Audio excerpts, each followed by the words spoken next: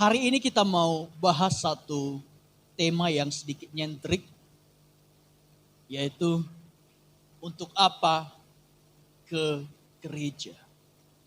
Sama-sama kita baca Bapak Ibu. 3, 2, ya. Untuk apa ke gereja? Nah, tanya kiri kanan. Untuk apa ke gereja? Nah, langsung dijawab.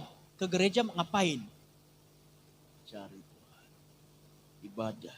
Nah, Bapak Ibu Saudara, kita harus mengerti untuk apa kita datang ke gereja, supaya kita punya hati dan supaya kita konsisten melakukan itu. Maka kita harus punya pengertian yang benar, karena orang kalau tidak tahu dia ngapain ke gereja, lama-kelamaan dia akan capek, saudara. Lama-kelamaan dia akan kecewa, lama-kelamaan dia akan merasa bosan karena dia tidak tahu esensi ke gereja itu ngapain. Nah, kita akan baca lanjut next. 1 Timotius 4 ayat 7 dikatakan, tetapi jauhilah takhayul dan dongeng-dongeng nenek-nenek tua, latihlah dirimu beribadah. Bapak Ibu Saudara, rajin ke gereja, ibadah itu bukan sesuatu yang mudah bagi sebagian orang. Saya percaya yang sudah di sini adalah orang yang sudah terlatih untuk beribadah. Tetapi ada sebagian orang yang harus latihan dulu supaya bisa setia ke gereja. Ada orang yang harus punya komitmen yang kuat dulu supaya dia tetap konsisten ke gereja. Syukur ibadah kita sore. Jadi gak ada alasan gak bisa bangun. Kalau Bapak Ibu Saudara masih punya alasan gak bisa bangun sampai jam 6 sore, itu keterlaluan sekali. Tapi Bapak Ibu Saudara, kita akan pindah nanti di tempat baru, tempatnya lebih kecil. Dan saya rasa kalau tempatnya sudah penuh, kalau diisi oleh Bapak Ibu ini semua, waduh penuh. Terpaksa kita harus buka 2 kali ibadah. Ada ibadah pagi dan ada ibadah sore. Haleluya. Bapak Ibu Saudara, orang harus punya pengertian kenapa ke gereja, supaya dia bisa konsisten melakukan itu. Orang suam-suam kuku, orang tidak konsisten ke gereja karena dia tidak punya pengertian untuk apa sih saya ke gereja. Nah, Bapak Ibu Saudara, dikatakan jauhilah takhayul dan dongeng-dongeng nenek tua, tetapi latihlah dirimu beribadah. Kenapa Paulus menuliskan ini kepada Timotius? Karena pada saat itu Bapak Ibu Saudara, ada orang yang sudah jadi orang Kristen, tetapi masih hidupnya terikat atau terpengaruh terhadap takhayul-takhayul. Atau zaman sekarang sudah orang Kristen, KTP udah Kristen, hidup udah Kristen, udah ngaku Yesus, tapi masih suka ke dukun. Udah Kristen masih suka cari nomor. Udah Kristen tapi hidupnya masih jauh dari kebenaran firman Tuhan. Masih lebih mementingkan apa kata orang. Udah jadi orang Kristen tapi masih cari hari baik untuk pindah rumah. Udah jadi orang Kristen masih mikir untuk makan atau tidak. Jadi dikatakan, latihlah dirimu beribadah supaya engkau tahu kebenaran. Karena kebenaran yang sejati itu hanya firman Tuhan, Bapak Ibu Saudara. Di luar sana banyak bertebaran kebenaran. Ada kebenaran dari nenek-nenek tua. Biasanya gini Bapak Ibu Saudara. Biasanya kalau kita punya nenek-nenek, maka dia akan bercerita, "Cuk, zaman dulu ini gak boleh ini, gak boleh gitu." Biasanya kan begitu. Tetapi patokan kita bukan apa yang dikatakan nenek kita. Tetapi apa yang dikatakan firman Tuhan. Bukan takhayul-takhayul yang harus kita percayai. Tetapi yang harus kita percaya adalah kebenaran yang ada di dalam Kristus Yesus. Untuk itu seorang Paulus menuliskan kepada Timotius, katanya latihlah dirimu beribadah dan jauhi semua takhayul-takhayul itu. Jauhi kebenaran-kebenaran yang di luar Kristus. Karena kebenaran sejati hanya terdapat di dalam Kristus Yesus. Amin.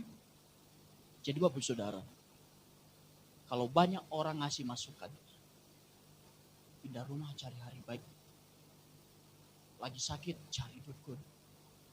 Bapak Ibu Saudara, saya mau katakan kepada Bapak Ibu, jangan cari hari baik, jangan cari dukun. Hari itu semua Tuhan ciptakan baik adanya.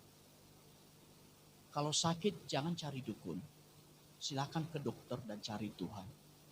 Bapak Ibu Saudara, saya ini beberapa bulan ini adalah orang yang sebentar bisa sehat, sebentar bisa sakit.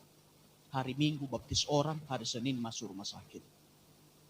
Tadi saya lagi duduk sebentar dan pada saat yang sama vertigo menyerang saya dan saya berusaha duduk dan akhirnya bisa normal kembali. Gak usah cari yang lain, cari Tuhan. Karena hanya Tuhan yang bisa menolong kita, hanya Tuhan yang bisa menyembuhkan kita. Amin. Nah lanjut, untuk apa ke gereja? Nah ini berbagai alasan kenapa ke gereja bagi orang dunia yang belum mengenal Tuhan. Kenapa kamu ke gereja? Diajak teman. Tapi saya percaya di tempat ini, gak ada yang ke tempat ini karena diajak teman. Tapi karena kesadaran diri sendiri. Kenapa ke gereja? Tidak enak dengan Pak Gembala, nelpon terus. Kenapa ke gereja? Ya isi waktu luang lah, lagi kosong. Nanti kalau sibuk lagi ya hilang lagi. Kenapa ke gereja? Cari bisnis, siapa tahu dapat can tepi. Kenapa ke gereja? Cari jodoh, udah lama menjomblo. Siapa tahu di gereja banyak yang bening-bening. Nah, ada banyak alasan orang untuk ke gereja yang belum mengenal Tuhan. Alasannya seperti ini. Bapak Ibu Saudara, kalau alasan kita masih seperti ini, kalau nggak temukan jodoh di gereja ya udah hilang. Karena jodohnya nggak dapat. Kalau bisnisnya nggak dapat di gereja ya udah hilang karena nggak ada bisnis, nggak ada yang menguntungkan di sini. Kalau kita lagi sibuk, kita akan lupa Tuhan. Kalau kita tidak mengerti esensi artinya ibadah itu sebenarnya. Lanjut. 1 Timotius 3 ayat 16. Kita baca sama-sama yuk. Saya rindu baca sama-sama. 3, 2 ayat. Dan sesungguhnya agunglah rahasia ibadah kita. Dia yang telah menyatakan dirinya dalam rupa manusia. Bapak Ibu Saudara, Anda datang ke ibadah, kita beribadah. Satu rahasianya adalah Yesus hadir di tengah-tengah kita. Roh Kudus hadir di tengah-tengah kita, melawat kita, dan kita bisa menikmati hadirat Tuhan. Cuma itu alasannya Bapak Ibu Saudara. Kita datang ke gereja cuma satu alasannya, untuk cari Tuhan. Bukan cari yang lain. Kalau Bapak Ibu Saudara cari saya, untuk apa cari saya di gereja? Di warung kopi juga bisa ketemu saya. Tapi kita datang ke gereja cuma satu alasannya, untuk cari Tuhan. Anak muda yang ke gereja karena alasan ada ceweknya, maka suatu saat ceweknya pindah gereja, maka dia juga akan ikut pindah. Tetapi kalau tahu bahwa di gereja itu bukan ketemu siapa-siapa, bukan untuk mencari siapa-siapa, tapi hanya untuk mencari Tuhan, maka engkau akan tetap pegang kepercayaan kepada Tuhan. Karena di dalam ibadah itu ada Tuhan yang hadir. Gak ada siapa-siapa yang hadir, ada Tuhan yang hadir, Bapak Saudara.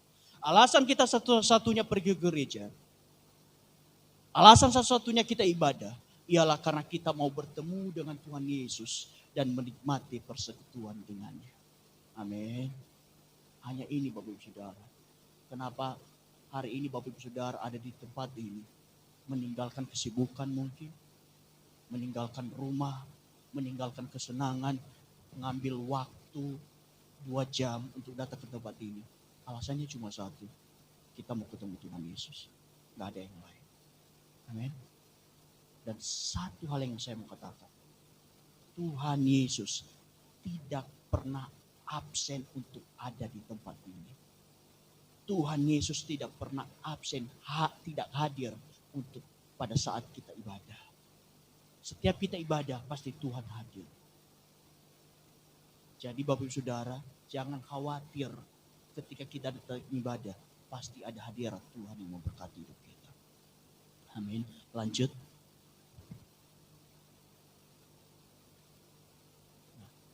Maka kita harus mengerti arti penting dan prinsip ibadah itu.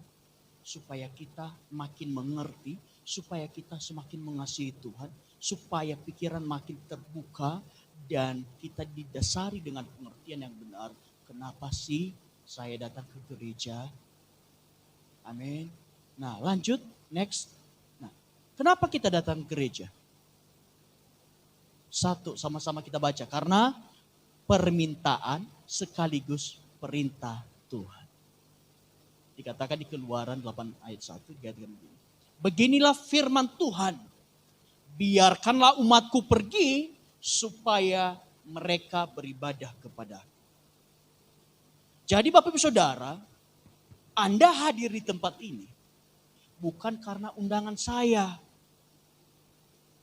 Tapi kita hadir di tempat ini, kita sedang memenuhi undangan Tuhan yang rindu untuk selalu bersekutu dengan kita. Kita ada di tempat ini bukan karena undangan siapa-siapa. Tapi kita semua sedang memenuhi undangan Tuhan. Tuhan katakan, marilah kepadaku semua yang letih lesu, semua yang berbeban berat. Dikatakan, aku akan memberikan kelegaan kepadamu.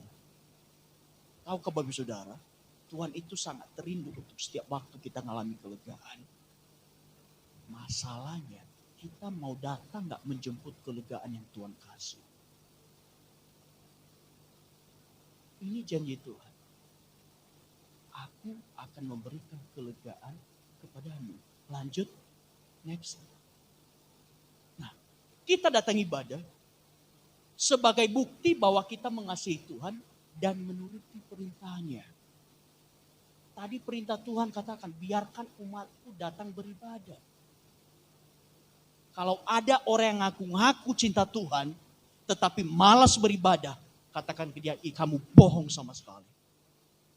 Kalau ada yang mengaku-ngaku saya cinta Tuhan, saya menghormati Tuhan, saya mengasihi Tuhan, tapi malas untuk datang ibadah, itu palsu, dia bohong, dia tidak cinta Tuhan. Tapi kita datang di tempat ini karena dasarnya apa? Kita mau turuti perintah Tuhan, karena kita cinta Tuhan, karena kita menghormati Tuhan di atas segala-galanya.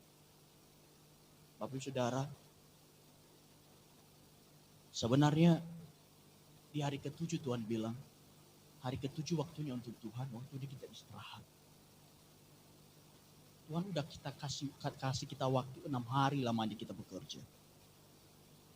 1 hari itu kita harus khususkan untuk Tuhan. Dan bukan 1 hari lagi kita beribadah. Gak seharian kita ibadah. Cuma berapa? Paling 2 jam. Masa sih 2 jam tidak bisa kita sisihkan untuk Tuhan?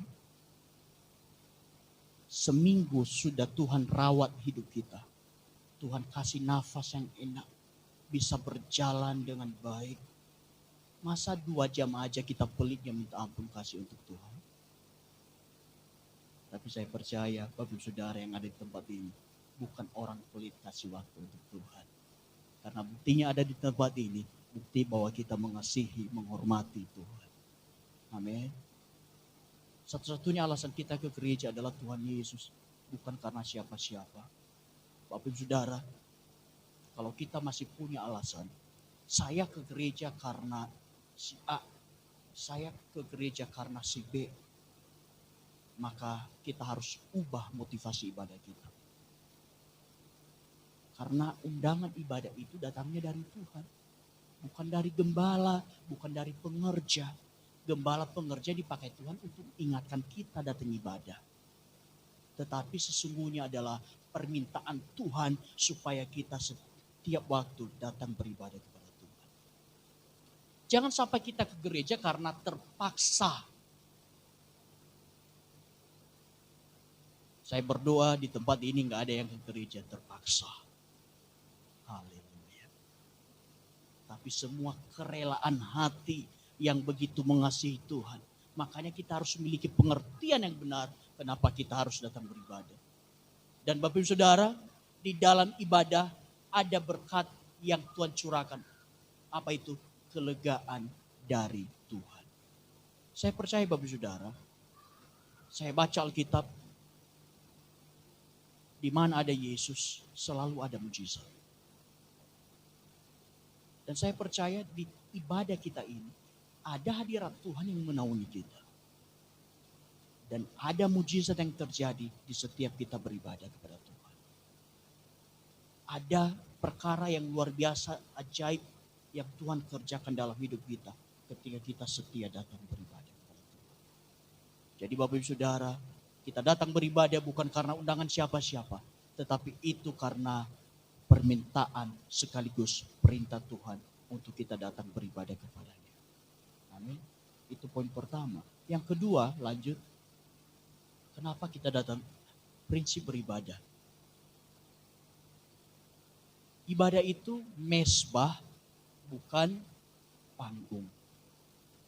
Yang mengerti hal ini katakan amin. Karena itu saudara-saudara, demi kemurahan Allah, aku menasihatkan kamu supaya kamu mempersembahkan tubuhmu sebagai persembahan yang hidup, yang kudus dan yang berkenan kepada Allah. Itu adalah ibadahmu yang sejati. Bapak Ibu Saudara, dulu persembahan kepada Tuhan adalah berupa hewan yang terbaik yang ditaruh di mana? Di atas mesbah untuk dipersembahkan kepada Tuhan. Tetapi di perjanjian baru, karena Tuhan Yesus sudah berkorban untuk kita, bukan binatang lagi, bukan domba lagi, tetapi diri kita sendiri harus jadi korban untuk diberikan di atas mesbah Tuhan. Nah, Bapak Saudara lanjut. Next. Ibadah itu mesbah untuk kita mempersembahkan korban kita. Ku bawa korban syukur ke tempat kudus-Mu Tuhan. Hatiku limpah dengan syukur sebab Tuhan baik. Sebab Tuhan baik. Bapak Saudara, hidupmu harus jadi korban yang hidup yang dipersembahkan kepada Tuhan. Korban itu menyakitkan Bapak Ibu Saudara. Korban ketika dipersembahkan kepada Tuhan itu harus disembelih dan berdarah-darah. Jadi ketika kita datang beribadah, tetapi kita lagi mengalami pergumulan yang berat, kita mengalami masa-masa sulit, tetapi engkau masih bisa datang dan berkata, Tuhan Yesus baik, itu adalah korban yang hidup untuk kemuliaan Tuhan. Ketika kita lagi merasa tidak enak, ketika kita merasa sekeliling kita lagi kurang baik, ketika kita lagi merasa sakit, tapi engkau masih bisa angkat suaramu dan berkata, Tuhan Yesus baik, apapun yang terjadi, itu tidak berubah. Itu adalah korban yang mulia di hadapan Tuhan. Bapak Saudara, ibadah itu adalah mesbah untuk kita mempersembahkan korban. Bukan panggung untuk kita pamer. Kita datang ibadah fokusnya satu, hanya untuk mau menyenangkan Tuhan. Kita datang ibadah bukan untuk mau pamer, saya jam baru, saya baju baru, saya celana baru, sepatu baru, mau pamer. Akhirnya kalau WL-nya jam baru, maka sering angkat tangan, haleluya, salam Bapak Ibu. Tangan di atas terus karena jam baru kan, shalom. Atau karena WL-nya mungkin mau pamer suara, akhirnya nadanya tinggi-tinggi sampai jemaat udah kecekek nyanyi. WL-nya masih santai, oh suara saya kan tinggi. Kasihan jemaat. Udah kecekek nyanyinya. Atau pemain musiknya mau pamer skill. Intro setengah jam gak habis. WL bilang, kapan nyanyinya? Ini intro gak selesai-selesai. Bapak Ibu Saudara, punya pikiran bahwa ketika kita datang beribadah, hati ini kita mau persembahkan untuk Tuhan. Bukan supaya orang melihat apa yang kita punya. Jangan berusaha membuat orang terpesona. Tapi buatlah Tuhan terpesona dengan cara hidupmu yang mulia. Amin. Jangan datang ke gereja karena mau pamer kamu baju baru. Jangan datang ke gereja kalau kamu mau pamer harta kekayaanmu. Itu gak guna untuk Tuhan. Tetapi engkau harus bisa menarik perhatian Tuhan pada saat engkau membawa hatimu yang hancur. Tetapi engkau tetap bisa berkata, apapun yang terjadi di dalam hidupku, selalu ku berkata, Tuhan Yesus baik. Itu adalah persembahan yang mulia di hadapan Tuhan. Bapak Ibu Saudara, korban adalah seluruh hidup kita. Kita harus persembahkan untuk Tuhan. Kita harus persembahkan pujian kita untuk Tuhan. Pujian yang terbaik Bapak Ibu Saudara. Minggu lalu Bapak Ibu Saudara saya agak sedikit sedih karena saya agak sesak nafas. Akhirnya saya harus jaga suara supaya gak terlalu banyak keluar suara. Dan akhirnya saya harus diam dan nyanyi di dalam hati. Sebenarnya saya rindu untuk memuji Tuhan. Karena saya harus simpan suara supaya saya bisa khotbah lagi. Ketika kita masih dikasih kesempatan untuk memuji, menyembah Tuhan, bukalah suara kita. Berikan yang terbaik untuk Tuhan. Karena Tuhan tidak menghendaki suara yang bagus saja untuk menyanyi. Tuhan sedang tidak mencari suara-suara bagus. Tetapi Tuhan sedang mencari hati-hati yang menyembah Tuhan. Ketika kita datang dengan segenap hati kita mencari dan menyembah Tuhan. Itulah yang menyenangkan Tuhan. Pujian kita bukan sekedar nyanyian Bapak Ibu Saudara. Kita bisa bernyanyi betul. Nyanyi lagu dunia bisa, tapi gak ada rohnya. Tapi pada saat kita menyanyikan pujian yang menyembah Tuhan, di situ ada Roh Kudus yang menaungi kita. Jadi kita bernyanyi bukan sekedar bernyanyi, tapi kita harus setuju dengan lagu yang kita nyanyikan. Pada saat kita bernyanyi, apapun yang terjadi di dalam hidupku, selalu bukuku berkata, Tuhan Yesus baik. Itu Anda harus setuju dengan kata-kata itu. Anda harus berkata, biarpun dagingku habis lenyap, biarpun dagingku kesakitan, saya gak peduli, yang saya tahu Tuhan Yesus baik. Kita harus setuju dengan lagu itu.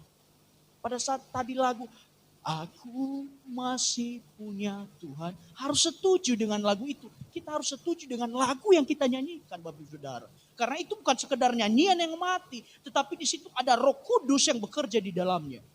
Pada saat engkau berkata Tuhan Yesus baik, maka hatimu harus menyetujui bahwa yes, Tuhan Yesus baik. Karena pujian kita bukan sekedar nyanyian, tetapi di atas pujian kita ada kuasa Roh Kudus yang turut bekerja, bertata di atas pujian kita. Jadi pada saat lagi pujian penyembahan, jangan diam. Buka suaramu, muliakan Tuhan dengan puji-pujian. Amin. Jadi mesbah itu bukan panggung. Ibadah itu mesbah, bukan panggung. Mesbah itu mempersembahkan korban. Kalau panggung untuk pamer. Kita harus mengerti bahwa kita datang beribadah adalah untuk mempersembahkan korban hidup kita kepada Tuhan. Haleluya. Lanjut ketiga.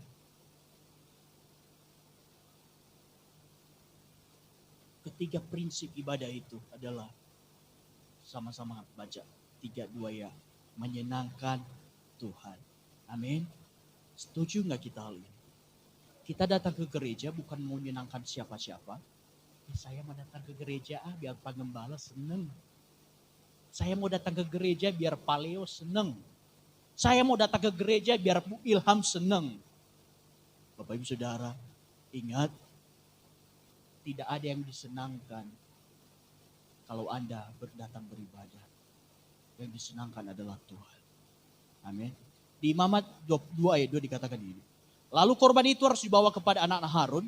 imam-imam itu setelah diambil dari korban itu tepung segenggam dan minyak berserta seluruh kemenyannya, maka imam haruslah membakar semuanya itu di atas mezbah sebagai bagian ingatan korban itu. Dan terakhir, sebagai korban api-apian yang baunya menyenangkan hati Tuhan. Bapak Ibu Saudara, sebagai korban api-apian yang baunya menyenangkan bagi Tuhan.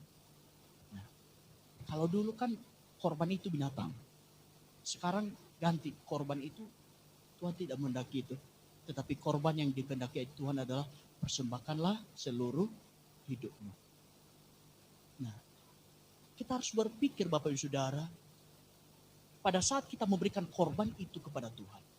Pada saat kita mempersembahkan korban hidup kita kepada Tuhan. Baunya menyenangkan Tuhan atau sebaliknya. Ada dua persembahan yang dipersembahkan kepada Tuhan. Persembahan Kain dan persembahan Habel. Sama-sama mempersembahkan Bapak Ibu Saudara. Tetapi ada dua perbedaan yang mencolok. Kalau Habel dia mengambil ternaknya yang terbaik, yang kualitasnya terbaik. Sedangkan Kain dia memberikan asal-asalan. Dan ketika kedua dipersembahkan, maka api persembahan dari Habel itu naik membumbung ke atas. Sedangkan punya Kain itu tidak kemana-mana, hanya di situ saja. Bapak Ibu Saudara, hendaknya hidup kita kalau kita persembahkan kepada Tuhan adalah yang terbaik. Amin. Enggak usah jauh-jauh. Terbaiknya bagaimana Pak? Contohnya, kecil sekali contohnya. Berikan waktu yang terbaik untuk Tuhan. Jangan sampai Tuhan yang menunggu kita, tetapi ya kita yang harus menunggu kedatangan Tuhan. Di firman Tuhan, Bapak Ibu Saudara, ketika ke-10 wanita yang megang pelita mereka masing-masing, mereka setia menunggu Tuhan. Mereka menunggu, bukan Tuhan itu yang menunggu mereka. Kita mulai belajar dari hal kecil. Memberikan yang terbaik untuk Tuhan adalah memberikan waktu kita yang terbaik untuk Tuhan. Amin. Yang setuju katakan amin. Haleluya. Lanjut. Ibadah itu untuk menyenangkan hati Tuhan, bukan menyenangkan hati kita. Tetapi terkadang kita lupa dan cenderung menuntut supaya kita disenangkan lewat khotbah dan mau dilayani. Bapak Ibu Saudara, orang Kristen yang tidak bertumbuh cenderung cari khotbah yang hanya enak-enak di telinga. Yang hanya memperkatakan berkat. Yang hanya memperkatakan kamu diberkati. Tapi pada saat pendetanya khotbah tentang bagaimana Tuhan membentuk hidup kita, maka kita tersinggung. Bapak Ibu Saudara, jujur, justru kalau Bapak Ibu Saudara ada yang tersinggung kalau khotbah, saya nggak sedih, justru saya senang. Artinya apa? Firman Tuhannya berhasil masuk ke saudara. Kita datang ibadah jangan sampai untuk mencari kesenangan pribadi Bapak Ibu Saudara. Kita datang ibadah di rumah suntuk, lumayan kan di gereja bisa nyanyi. Dulu saya pernah temui orang ini, seperti ini. Dia sudah melayani sebagai WL. Dan dia bilang, saya senang jadi WL. Saya bilang, saya tanya kenapa? Soalnya kalau saya itu hobi nyanyi. Suka sekali nyanyi, Pak. Kalau saya ke karaoke, saya keluarin duit untuk nyanyi. Tapi di gereja, udah melayani Tuhan, gratis lagi gak bayar, diiringi lagi. Makanya saya suka Pak untuk melayani Tuhan. Karena karaoke-nya gratis. Nah Bapak Ibu Saudara, Banyak alasan orang datang ke gereja. Tapi saya berdoa, Bapak Ibu Saudara mulai hari ini punya pengertian yang benar. Kenapa sih kita harus datang ke gereja untuk ibadah? Amin. Bapak Ibu Saudara, ke gereja meskipun banyak masalah itu menyenangkan hati Tuhan. Yang salah apa? Banyak masalah hilang. Justru lagi banyak masalah, datanglah cari Tuhan. Maka Tuhan pasti tuntunlah kamu supaya jalan-jalanmu benar. Jangan sampai kita mengalami masalah, maka kita ambil jarak dengan Tuhan. Tetapi harusnya semakin kita diproses, semakin kita dibentuk, kita harus semakin dekat kepada Tuhan. Amin. Kita harus semakin mendekat kepada Tuhan. Kita ke gereja fokusnya kepada Tuhan, bukan kepada manusia atau sekeliling kita. Ada satu cerita Bapak Ibu Saudara, seorang anak muda dia datang menemui pendetanya dan dia berkata, Pak Pendeta, saya tidak mau datang lagi beribadah. Hari ini terakhir saya injakan kaki di gereja. Pendetanya tanya, ada apa gerangan kok gak mau ke gereja lagi? Saya gak mau ke gereja, saya kecewa. Di gereja itu banyak orang yang hidup yang gak benar. Khotbah main HP, lagi ibadah, ngomong kiri kanan. Maka saya gak mau ke gereja. Karena di gereja itu banyak orang yang gak benar hidup. Kemudian pendeta itu bilang ke dia, oke gak apa-apa, kamu gak usah ke gereja, silakan itu pilihan kamu. Tetapi satu kali lagi saya minta kamu datang ke gereja. Pada saat sedang ibadah, pendeta itu minta dia keliling gereja dan memegang gelas berisi penuh dengan air. Dia keliling dengan hati-hati. Keliling dengan hati-hati. Dan sampailah dia muter kembali dan dia kembali ke pendeta. Oke, apa pendeta? Tidak ada yang tumpah. Maka ini terakhir saya datang beribadah. Kemudian pendeta tanya ke dia. Tadi kamu dengar gak jemaat ribut-ribut, jemaat yang main HP? Gak ada, kan saya lagi fokus. Ngapain saya lihat mereka? Saya lagi fokus dengan kerjaan saya, lagi fokus supaya gak tumpah. Maka pendeta bilang ke dia, nah begitu juga lah kalau mau beribadah. Kalau fokusmu sekelilingmu, banyak yang ngecewakanmu. Tapi kalau kamu fokusnya ke Tuhan, kamu tidak ada urusan dengan sekelilingmu. Dan syukurlah pemuda itu bertobat. Kalau kita ke gereja hanya untuk melihat kiri kanan, hanya melihat kurangnya orang, hanya melihat bobroknya orang, engkau akan kecewa. Tapi pada saat engkau ke gereja, fokusnya cuma Tuhan, memandang Tuhan, maka biar kiri kanan ribut, engkau tetap bisa fokus kepada Tuhan. Amin. Bapak Ibu Saudara, gereja itu saya katakan begini, gereja itu rumah sakit atau bengkel rohani. Kira-kira Bapak Ibu Saudara, kalau ke rumah sakit ketemunya orang sehat atau orang sakit? Orang sakit, nggak akan temukan orang sehat di sana. Kalau ke bengkel, ketemunya motor baru atau motor rusak? Motor rusak, sama juga Bapak Ibu Saudara. Kita ini adalah orang yang hidupnya rusak, ada yang rusak ringan, rusak menengah, rusak parah. Sedang diproses untuk Tuhan supaya jadi lebih baik. Supaya jadi sempurna. Jadi jangan heran kalau di gereja engkau masih menemukan orang yang suka ribut kalau ibadah. Di gereja masih ada yang suka menipu. Di gereja masih ada yang suka nggak jujur. Pasti dapat. Karena mereka lagi diproses untuk lebih baik. Di punggung kita ini ada labelnya dan di depan sedang dalam perbaikan. Gak ada yang tuntas hidup kita semua. Semuanya label sedang perbaikan. Dan pasti saudara, kita semua punya kekurangan.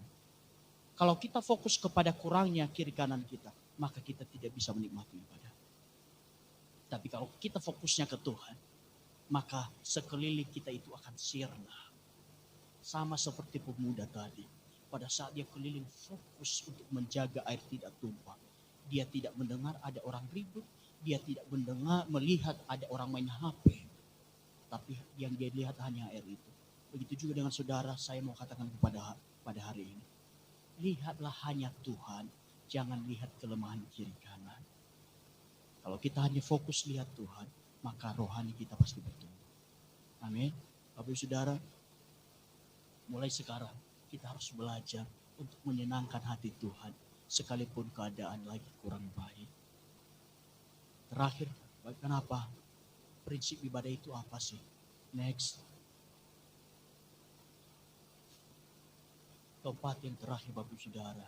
Prinsip ibadah itu adalah kita menikmati persekutuan dengan Tuhan. Mungkin Bapak Ibu Saudara yang pertama kali datang ibadah masih ingat pesan saya. Saya katakan, pastikan dirimu setiap datang ibadah menikmati ibadah itu. Kalau kamu sama sekali tidak menikmati ibadah, maka ada sesuatu yang salah. Jangan sampai kita buang-buang waktu, tapi sama sekali kita tidak bisa menikmati ibadah itu sendiri. Saya rindu Bapak Ibu Saudara, setiap kita yang datang di tempat ini, kita datang menikmati ibadah. Apa yang kita nikmati? Kita nikmati hadirat Tuhan, persekutuan dengan Tuhan lewat pujian penyembahan.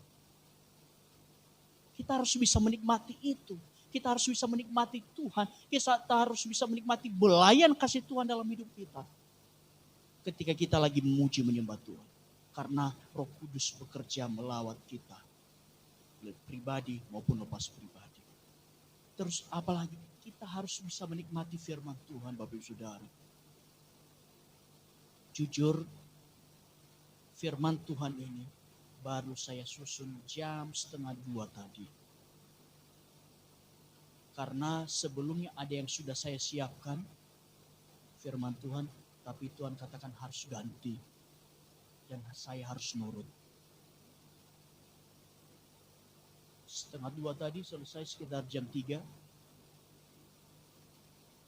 Saya susun jam 2 kayaknya selesai 3:30. Karena juga saya rindu Bapak Ibu Saudara, kita semua di tempat ini diberkati lewat firman Tuhan. Saya mau tidak asal-asalan khotbah tanpa saya mengerti hati Tuhan untuk jemaat. Saya rindu ketika Bapak Ibu datang di tempat ini, nanti pulang ke rumah, bawa firman Tuhan sebagai kekuatan dalam hidup kita. Kita harus bisa menikmati komunikasi dengan Tuhan lewat doa kita Bapak Ibu Saudara. Kita beribadah itu adalah media kita untuk bisa menikmati kebaikan Tuhan. Banyak perkara yang terjadi dalam pujian penyembahan. Yang sakit bisa disembuhkan. Yang menemui jalan buntu dibukakan jalan. Kutuk diubah menjadi berkat pada saat kita menaikkan pujian kepada Tuhan. Bapak Saudara, kenapa? Karena Allah hadir di setiap kita beribadah kepadanya. Tadi sudah saya katakan di awal, Tuhan itu tidak pernah absen untuk datang setiap kita ibadah. Tetapi Allah selalu hadir ketika kita datang beribadah. Amin Bapak Saudara. Tadi pun pertama, prinsip ibadah itu adalah permintaan sekaligus perintah Tuhan. Yang kedua, mesbah bukan panggung. Dan yang ketiga, menyenangkan Tuhan. Dan keempat, menikmati persekutuan dengan Tuhan. Jadi pastikan Bapak Ibu Saudara, setiap kita datang beribadah, kita ingat akan hal ini. Supaya kita benar-benar paham, kenapa sih saya datang ke gereja untuk beribadah. Terakhir, lanjut. Saya undang kita semua bagi berdiri. Kita baca ayat ini sama-sama.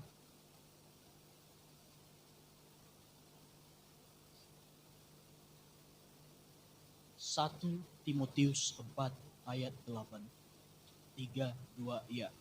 Latihan badani terbatas gunanya, Tetapi ibadah itu berguna dalam segala hal karena mengandung janji baik untuk hidup ini maupun untuk hidup yang akan datang.